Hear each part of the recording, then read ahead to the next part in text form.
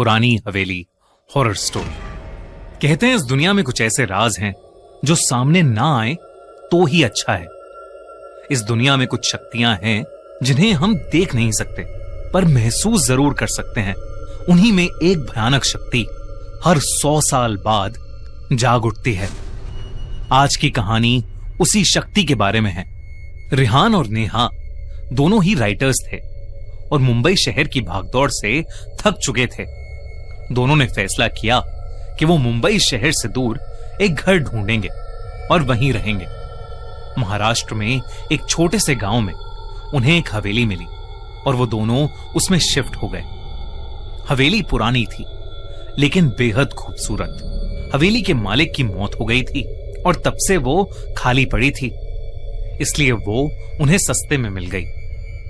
सब कुछ अच्छा था, पर एक दिन जब रियान अपना पुराना सामान अनपैक कर रहा था तब उसे बेसमेंट से एक आवाज आई।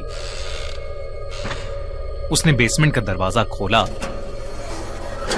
तो उसमें एक पुरानी रॉकिंग चेयर पड़ी थी जो बार बार एक बड़े से संदूक पर अपने आप गिरे जा रही थी। वो संदूक बहुत पुराना था और उस पर जंग लगा ताला भी था। रियान को ऐसा लग रहा था जैसे उस संदूक के अंदर से कुछ हिल रहा है। रिहान ने उस संदूक पर लगे ताले को तोड़ दिया। जब उसने वो संदूक खोला तो अचानक उसे एक ठंडी हवा महसूस हुई। उसके अंदर लाल कपड़े में लिपटी एक गुड़िया थी जिसके नीचे एक किताब पड़ी थी और उसके कुछ पेजेस फटे हुए थे। उन पेजेस पर लिखा था, त्रिगोरी छूना मत। ये गुड़िया आत्माओं को आकर्षित करती है। पर रियान खुद को रोक नहीं पाया। उसने उस गुड़िया से वो लाल कपड़ा थोड़ा सा हटाया। गुड़िया की आंखें सफेद थीं और शरीर काला। उस गुड़िया में कुछ अजीब सी बात थी, इतनी कि रिहान उस गुड़िया समेत उस संदूक को ऊपर अपने स्टडी रूम में ले गया। लेकिन इस घटना के तुरंत बाद रिहान की जिंदगी पूरी तरह से बदल गई। रिहान को पूरी रात अजीब सी आवाजें आती रहीं, जैसे कोई दर्द में चीख रहा है, उसे बुला रहा है। लेकिन जब जब वो आंख खोलता तो कमरे में उसके और उसकी वाइफ नेहा के अलावा कोई नहीं होता। एक बार रियान अपनी स्टडी में बैठा कुछ लिख रहा था कि अचानक ही कमरे की सारी लाइट्स फ्लिकर करने लगी और कुछ ही सेकंड्स में कमरे की सारी लाइट्स और बल्ब एकदम से फट गए। तभी उसे घर के बाहर किसी के जोर से चिल्लाने की आवाज आई।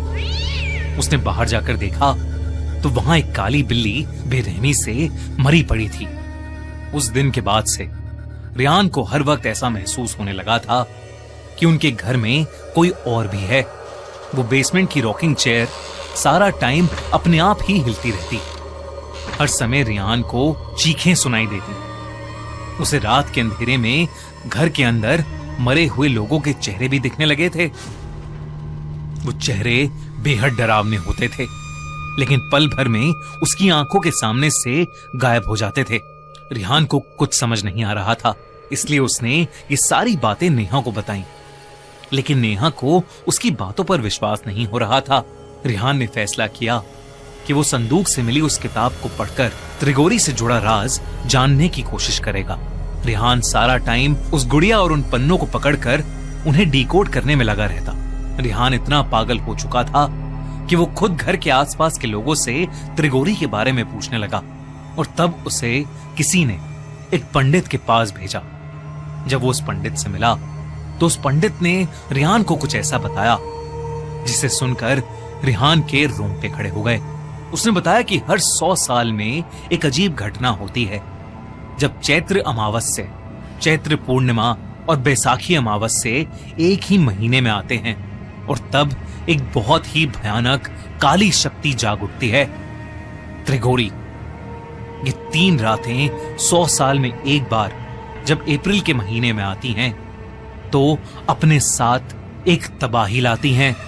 1 अप्रैल चैत्री अमावस्या से लेकर 30 अप्रैल यानी बैसाखी अमावस्या तक अप्रैल शताब्दी का सबसे खतरनाक महीना बन जाता है और इस पूरे महीने को कहते हैं काल त्रिगोरी। त्रिगोरी अपने साथ एक ऐसा कहर लाता है जो सब कुछ बर्बाद कर सकता है। उस पंडित ने रियान को बताया कि जिस गांव में रिहान अभी रह रहा है वहां 100 साल पहले एक काला जादू करने वाली औरत ने उसी लाल कपड़े में लिपटी गुड़िया का इस्तेमाल करके काल त्रिगोरी को अपनी नींद से जगाने की कोशिश की थी। और तब एक ही रात में पूरा का पूरा 500 लोगों का गांव मारा गया था और आसपास के सारे गांव में ऐसी बीमारियां फैलने लगी जिसने कई लोगों की जिंदगी बर्बाद कर दी। ये सब सुनकर रिहान ने उसी पंडित से मदद मांगी। उस पंडित ने रिहान को 2 काली बिल्लियां दी और कहा कि वो अगले 2 दिन में उसके घर आएगा और त्रिगोरी को शांत करेगा। रिहान पूरा दिन घर में उस पंडित के बताए शुद्धिकरण के नुस्खे आजमाता रहता और उन काली बिल्लियों को 24 घंटे अपने पास रखता। रिहान नेहा से कहता कि ये काली बिल्लियां उनको घर की प्रेत आत्मा से बचाएंगी।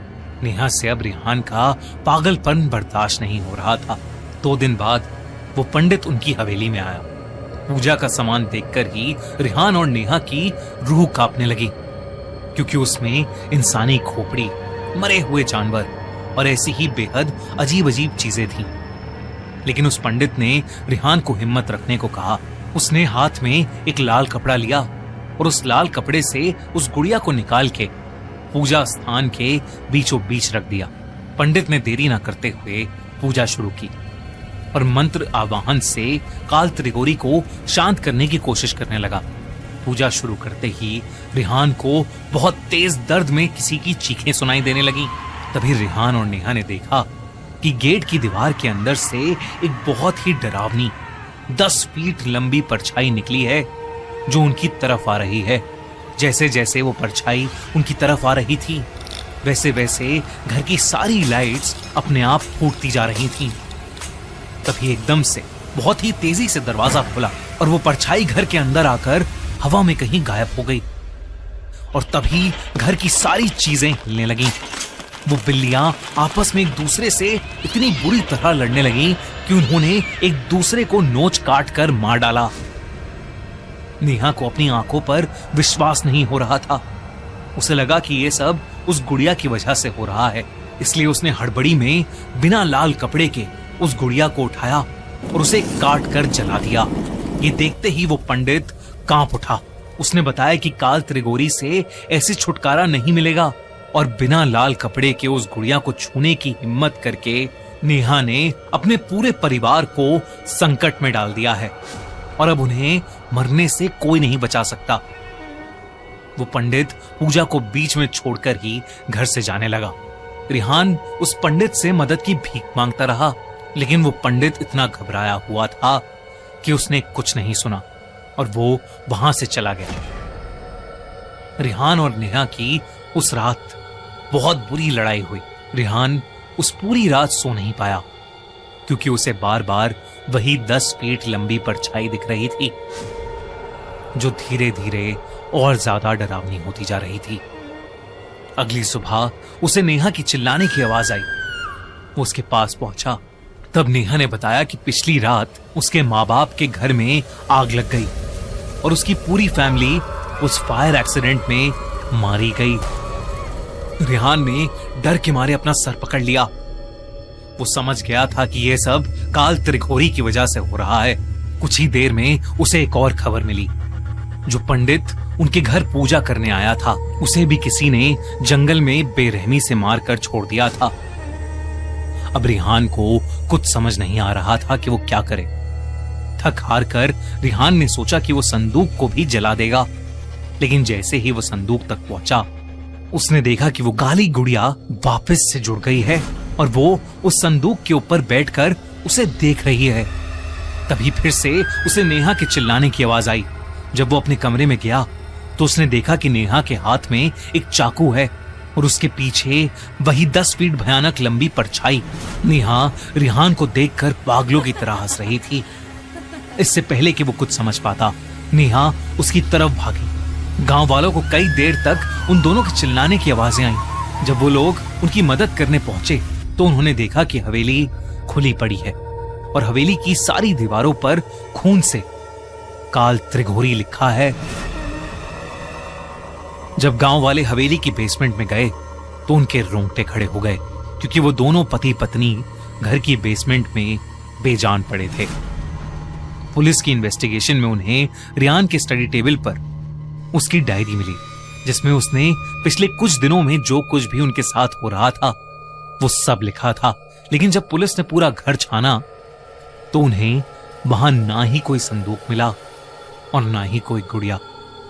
बस दीवारों पर बड़े बड़े खून से लिखे हुए 2 शब्द, काल त्रिघोरी।